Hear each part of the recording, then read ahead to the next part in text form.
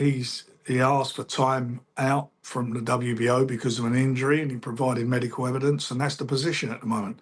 Will he fight before the end of the year? I very much doubt it. You know, Tyson's still filming on his Netflix series. He's got a documentary on there as well. So he's tied up, which means he's not in, you know, he's obviously not in any serious training, and we'll see what happens next year.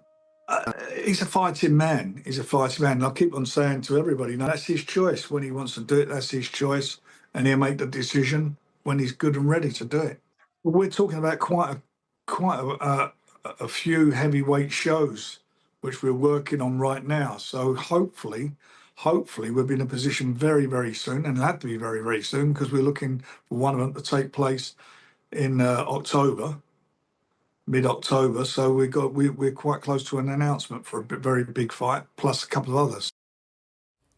Warren went on to say that he expects Daniel Dubois to return to the ring again, but he must learn his lesson from the knockout defeat against Usyk. Warren said that he was left furious with the fact that Dubois hosted a pre-fight party on the day of that rematch with Usyk at Wembley. He got to the fight at, you know, an hour and 20 minutes before the fight took place, and that was just not good enough. It happened. Of course, I'm not happy about it, and it is what it is. I can't change it, and I could scream the place down and do whatever, but it's not going to change what happened. All I can make sure is that will never happen again. He's got an injury which he's got to overcome.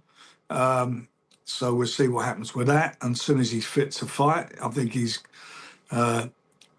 father was there, Sam Jones, who's now involved in the management, and his other advisor Ritz. So we obviously had a talk about the previous fight, and then we went on about the future. And the future is they've decided they want to change trainers, which they do, and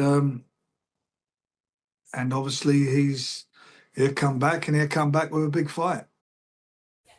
After beating Dillian Whyte inside one round, Moses Itauma is fast developing into the rising star of the heavyweight division. Warren believes that the 20-year-old is ready for another big fight before the year is out.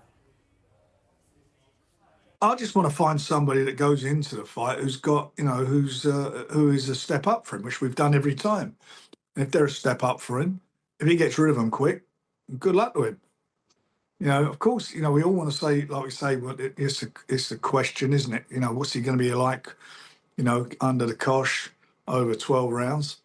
Well, I don't know. I can't think of many fighters at the age of 20, heavyweights, that we've ever found that out. You know, he's ranked number 1 by one governing body, number 2 by another. He's going to fight, you know, he's going to fight for one in a really big fight, and we'll see what he's all about. But the way he's boxing and the way he's, you know, his performances and his